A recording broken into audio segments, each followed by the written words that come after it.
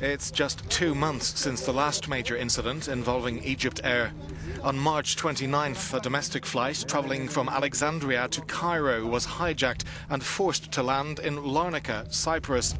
The pilot of EgyptAir Flight 181 was threatened by a passenger, apparently wearing a suicide belt that later turned out to be fake.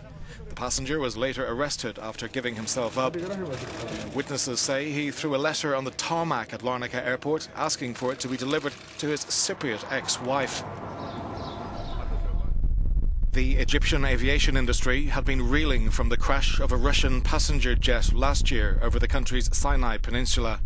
Metrojet Flight 9268 broke into pieces shortly after reaching its cruising altitude on October 31st. All 224 people on board, mostly Russian tourists, were killed. The flight was headed to St. Petersburg from the resort city of Sharm el-Sheikh. Russian forensic experts had taken swabs from debris at the crash site. Authorities in Moscow said the plane had been brought down by a terrorist act.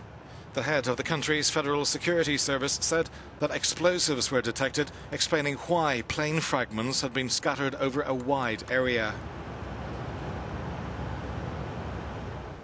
And in 2004, a plane chartered by Egypt's Flash Airlines crashed into the Red Sea.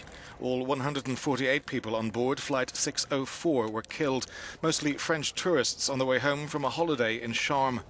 Concerns over the plane's condition emerged shortly afterwards. The 11-year-old Boeing had failed safety checks in Switzerland, and the airline had been banned from flying over the country. For more than a decade, until the downing of the Metrojet plane, it was Egypt's worst aviation disaster.